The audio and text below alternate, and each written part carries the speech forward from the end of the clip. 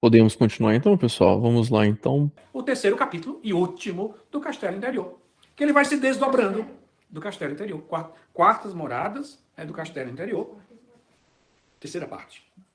Ele vai começar dizendo que essa oração de recolhimento, onde Teresa, aqui no número 1, vai dizer: os nossos sentidos e as coisas exteriores parecem ir perdendo seus direitos, ao passo que a alma vai recuperando os seus, que haviam perdido. Então ela vai dizer, é um movimento de que daqui a pouco a alma da pessoa ela começa a recuperar os direitos.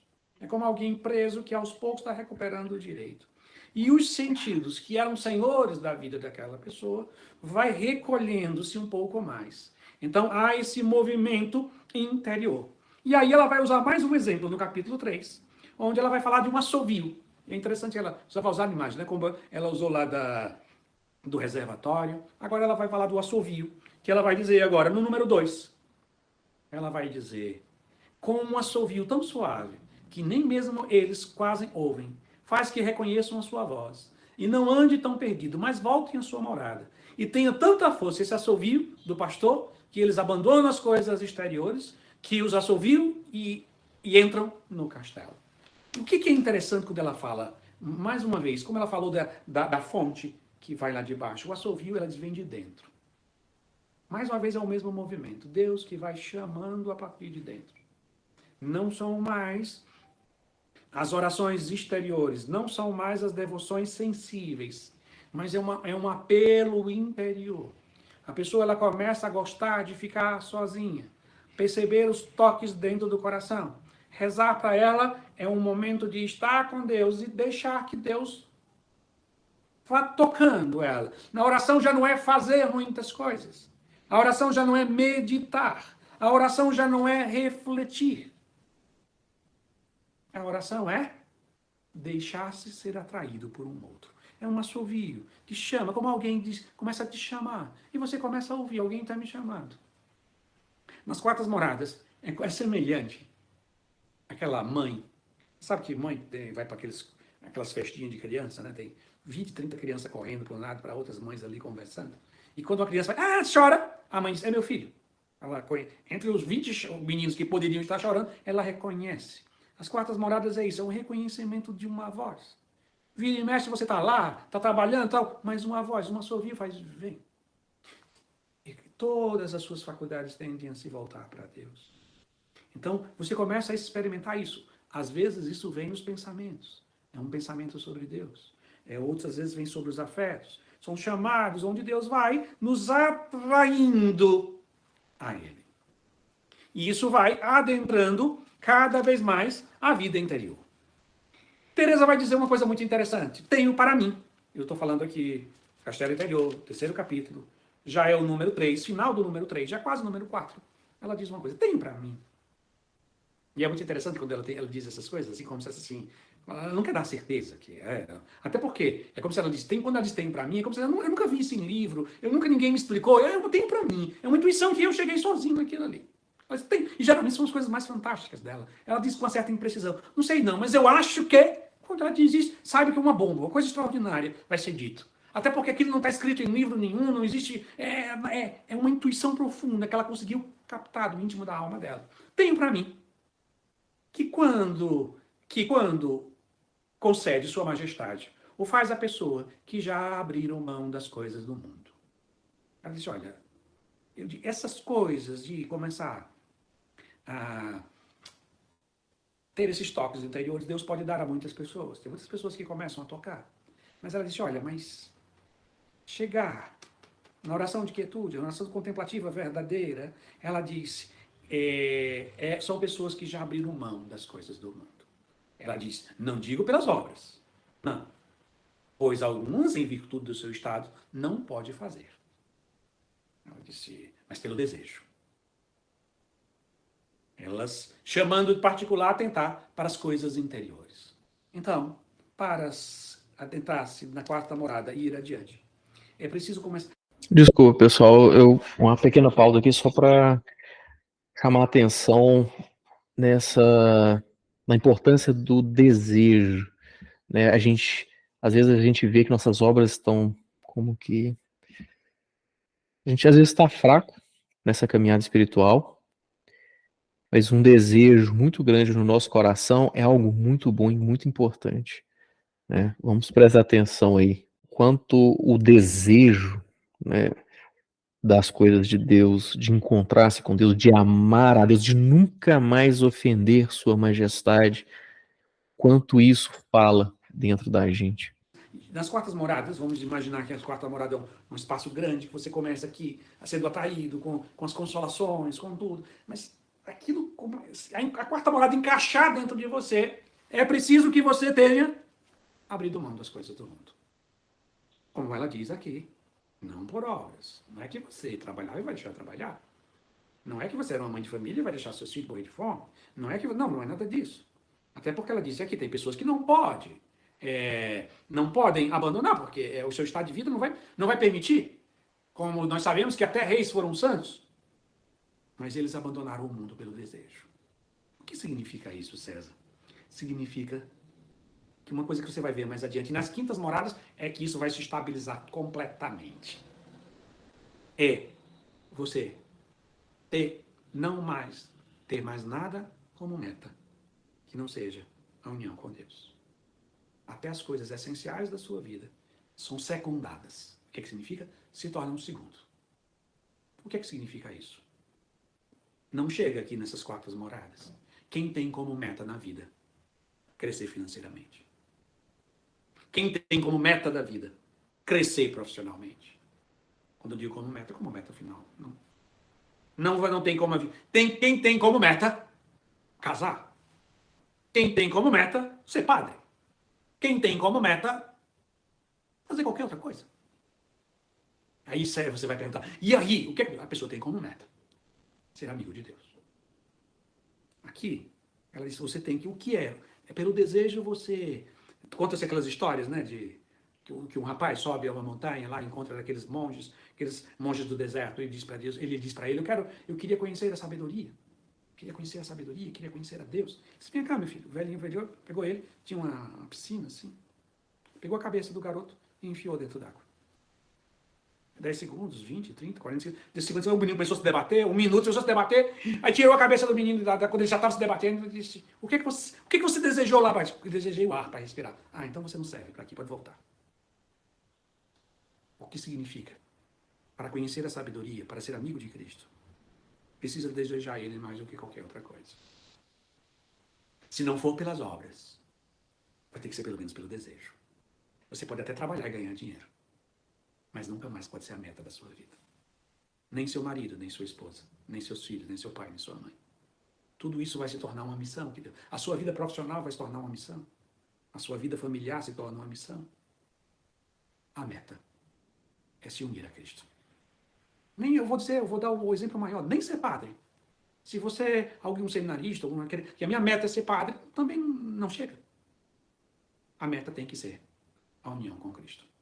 A amizade, a intimidade, a união íntima profunda com Ele. Nem que seja, você vai poder, aparentemente, não muda nada. Mas substancialmente muda tudo. Nunca mais. Você pode colocar a força primeira do seu coração e de sua mente para nenhuma coisa que não seja amizade com Cristo. Você vai poder se divertir, você vai poder trabalhar, você vai poder cuidar da sua família, tudo. Mas ela disse, pelo desejo, tem que ter a meta unir-se a Cristo. Ela vai dizer, se a pessoa ainda tem como meta qualquer outra coisa, porque você sabe como é meta é o seguinte, por exemplo, uma pessoa que vai fazendo concurso, aí diz, não, nesse tempo eu vou fazer concurso, eu vou aqui, eu só vou à missa no domingo, eu vou diminuir, eu tenho a casa da minha namorada, eu só vou uma vez por semana. Então o que é isso? É o centro da vida da pessoa. Uma pessoa dessa não chega a quartas moradas. Enquanto ela viver com uma meta que seja superior à união com Cristo. Ela pode até entrar nas portinhas da quarta morada, mas ela não vai adiantar. Repito uma frase de São João da Cruz que eu repito 1000 vezes aqui. Convém que uma coisa preciosa custe-nos caro. Que demonstre que é nós que ele está oferecendo a amizade dele. Você tem que oferecer a amizade primeira com ele. Então, para as quartas moradas, o seu desejo tem que ser mais do que casar, Mais do que ter filho. Mais do que trabalhar. Mais do que crescer na vida. Mais do que arranjar um emprego. Mais do que ter saúde. Mais do que ser feliz. Mais do que ter amigos. Mais do que se realizar como pessoa. Se sua meta é... Não, mas eu quero ser uma pessoa realizada. Não passa daqui, não vai passar. Pode chegar até aqui, mas aqui vai travar. Ou cambia isso, ou muda, faz um câmbio, uma mudança. É hora de dizer não. Amarás o Senhor teu Deus com todo o teu coração, com toda a tua alma, com todo o teu entendimento. Amar a Deus sobre todas as coisas. Ou existe esse movimento que vai encaixar. É isso que ela vai dizer com todas as palavras que deve existir para que as quartas moradas possam acontecer. E isso é só uma preparação para as quintas moradas. Porque as quintas moradas são aqueles que não só desejam. É interessante aqui. Nas quartas moradas, basta você desejar. Isso é fantástico. Pode ser que você não obre, significa que você não vai agir como, mas você deseja. É interessante que uma vez, Santa Teresa, quando teve, no começo da sua vida espiritual ainda, quando ela se encontra com São Pedro de Alcântara, e ela começa a falar com São Pedro de Alcântara e começa a conversar com aquele homem, e ela está no começo da vida espiritual, ele já estava no final. Ela olha e diz, quando eu me encontrei com aquele homem, eu vi que ele tinha em obras o que eu tinha em desejo. Então, nas quartas moradas, você precisa desejar mais a Cristo do que qualquer outra coisa. Sendo muito sincero, você não vai ser coerente a isso. Não é capaz. Mas Deus vai ver que você deseja. Não sei se você percebe, é o desejo que vai fazer esse movimento. Você vai desejar ter Cristo como primeiro. Mas não vai ainda conseguir organizar a sua vida como Deus sendo o primeiro. Mas isso já vai. Todas as vezes que ele não for o primeiro, vai lhe doer, vai lhe incomodar.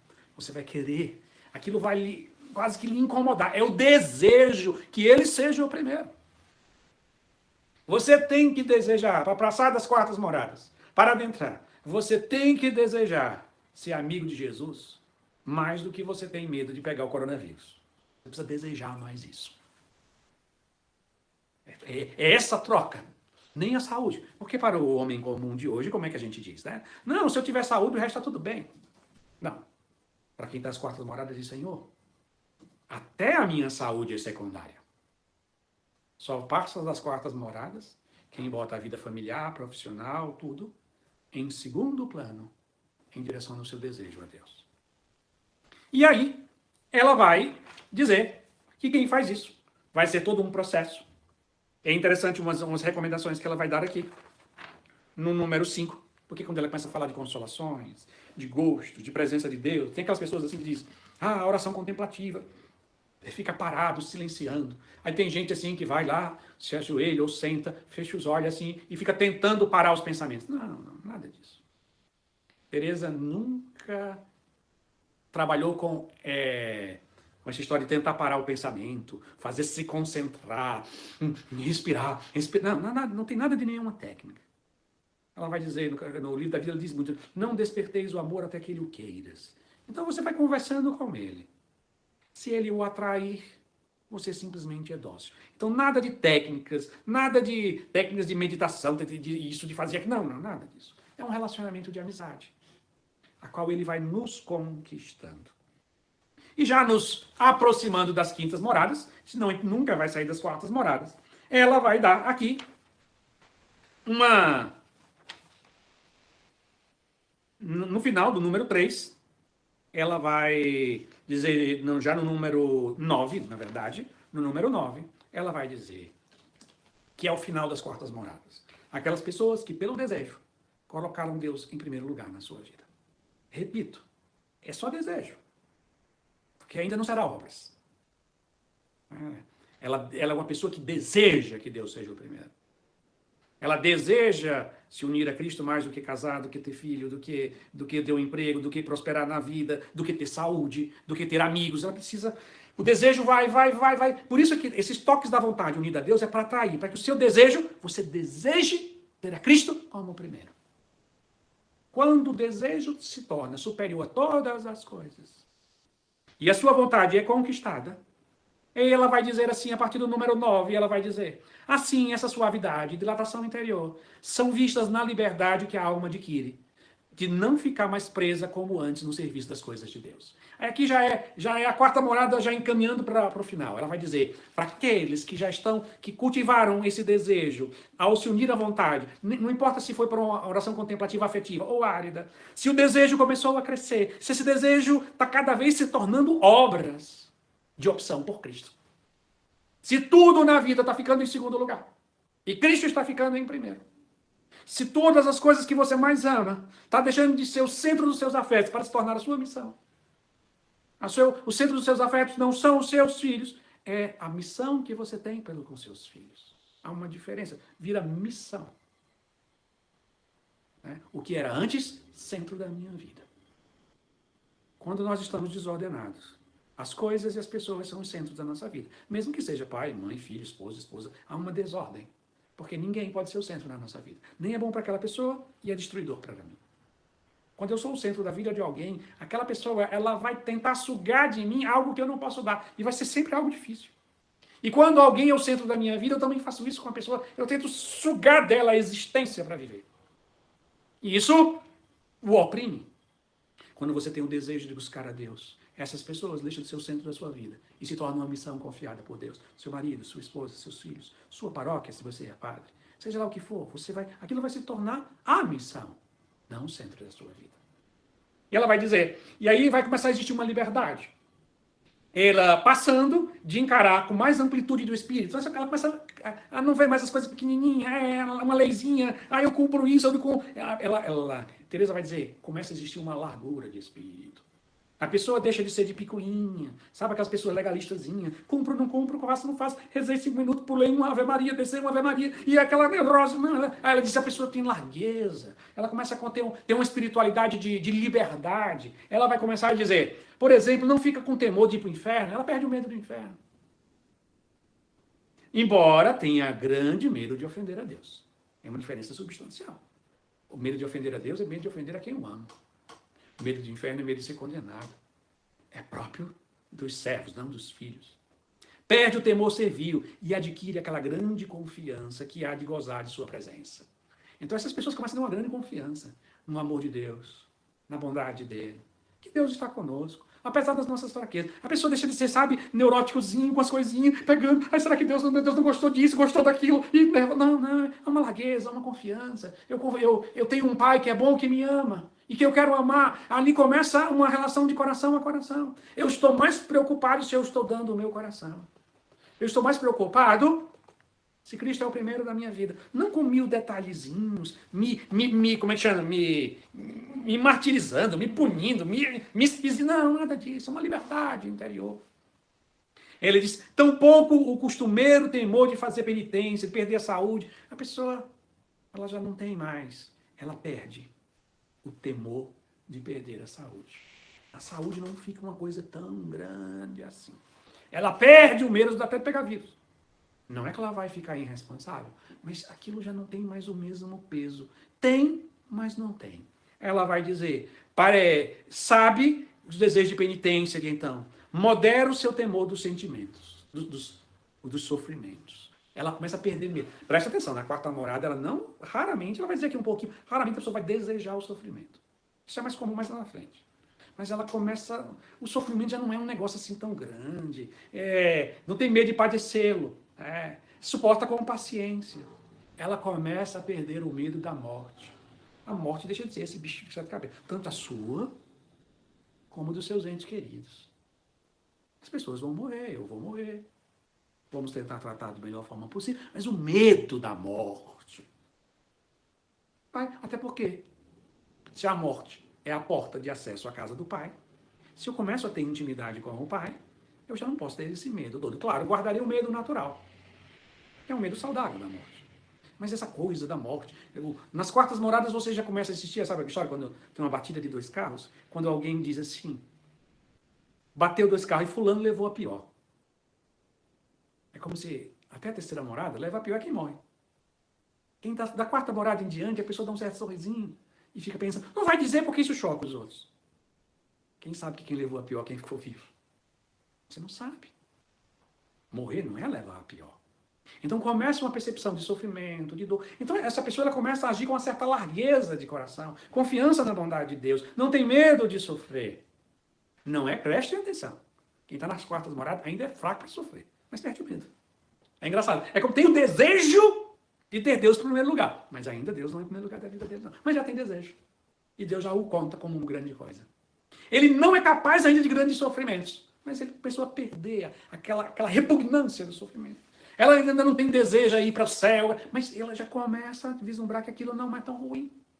Então, mas isso daqui, preste atenção, vamos imaginar que as quartas moradas é um espaço grande, e isso aqui já é o final. Nós já estamos adentrando, quem começa com esses sintomas é quem está com as quartas moradas já adentrando bem, já para as portas das quintas moradas. Aonde sim, Deus, não só você vai precisar desejar Deus como primeiro, mas você vai ter que decidir e agir como Deus sendo o primeiro. Essa é a diferença das quartas para as quintas moradas. Há uma diferença substancial. Então, e ela diz, por mais escrever essas coisas bonitas, ela vai dizer, mas não pense que essa pessoa aqui está segura.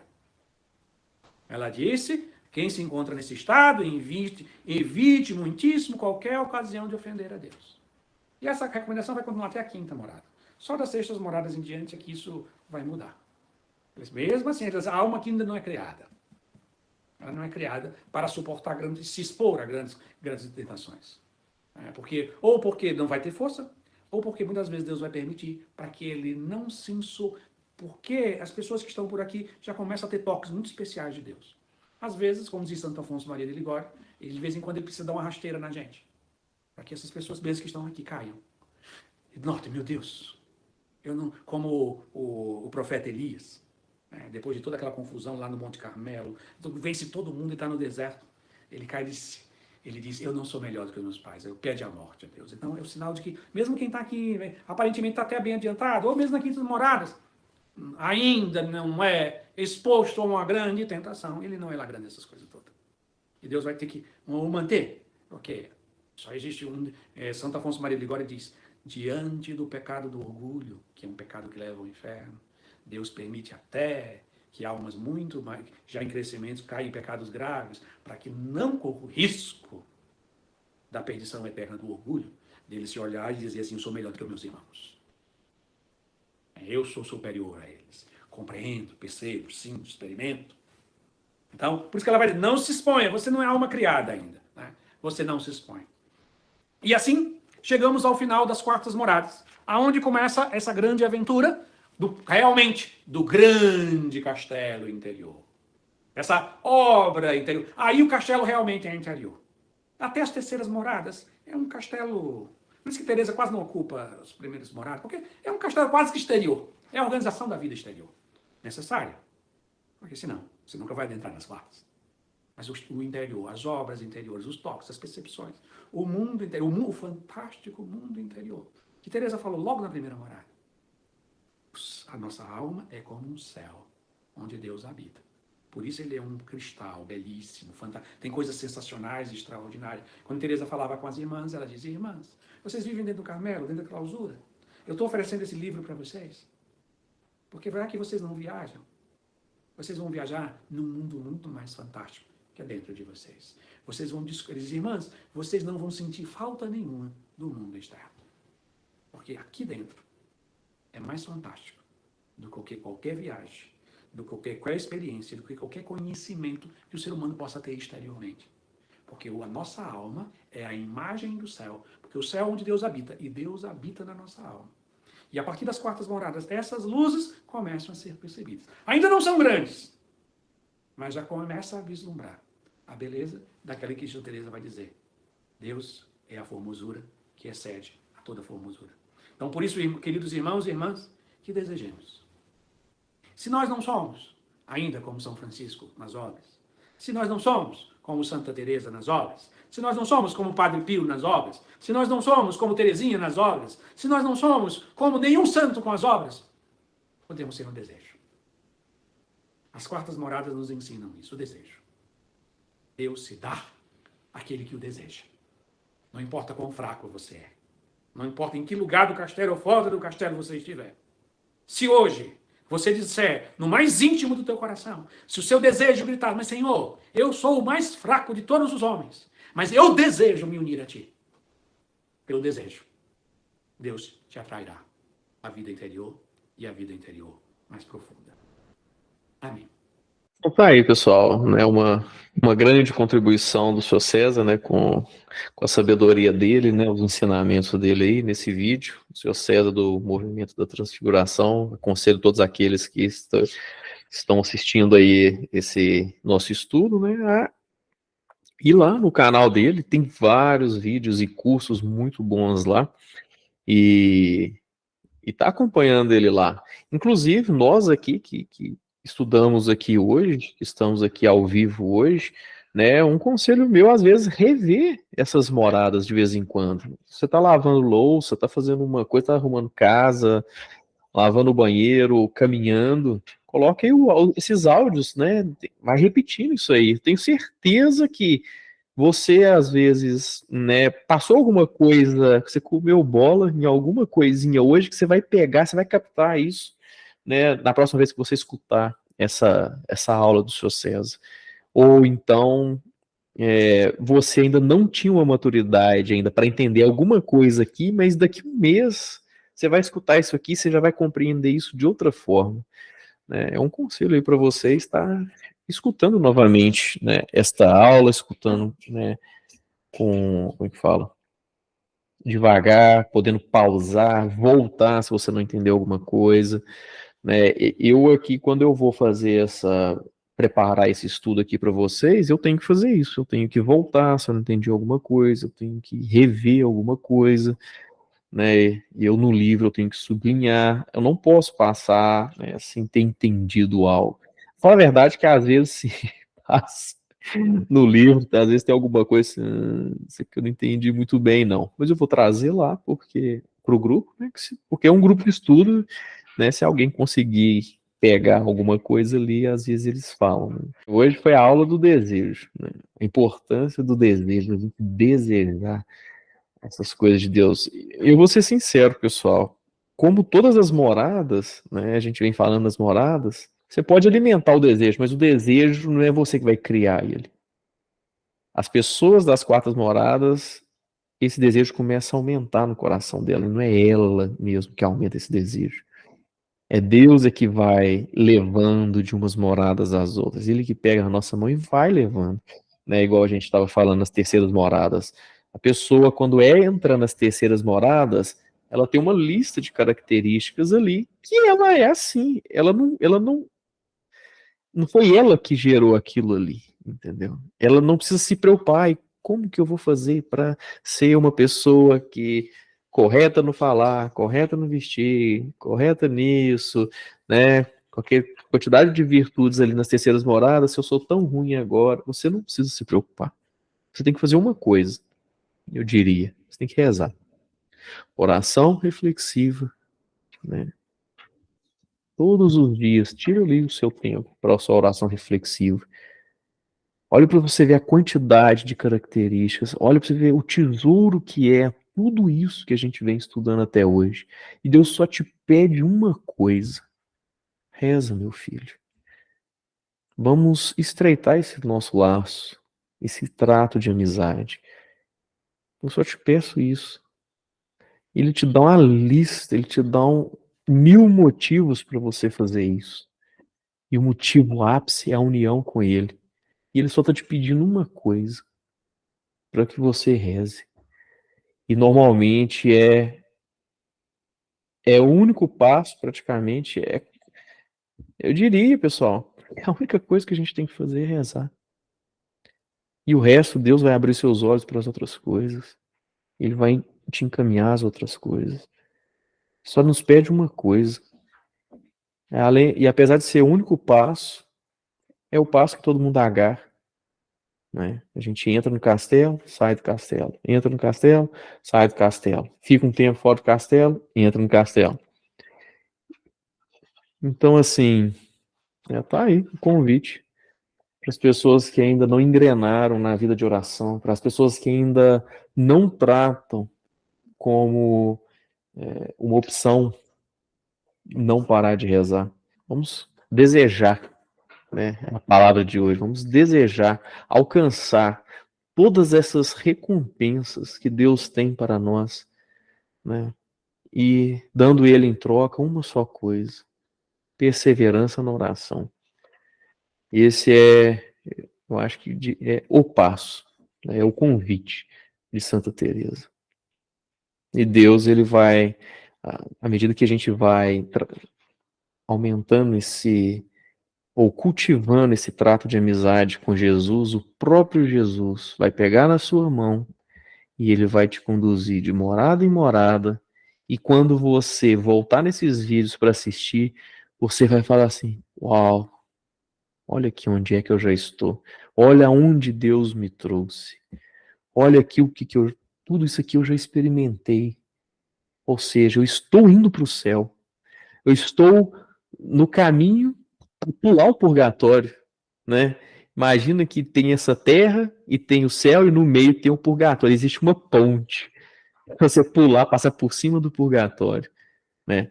A gente está caminhando nessa ponte. A gente está atravessando o purgatório. A gente está pulando o purgatório, né? E quem sabe, né? Com a graça de Deus, auxiliado por esta graça de Deus, pelo amor de Deus, a gente não vai se encontrar com Ele um dia, né? E ainda aqui nessa vida, né? Nas sétimas moradas, nós não vamos aí nos encontrar com Ele e nos unirmos a Ele nessa união de amor, nessa união espiritual com nosso Senhor Jesus Cristo. Amém.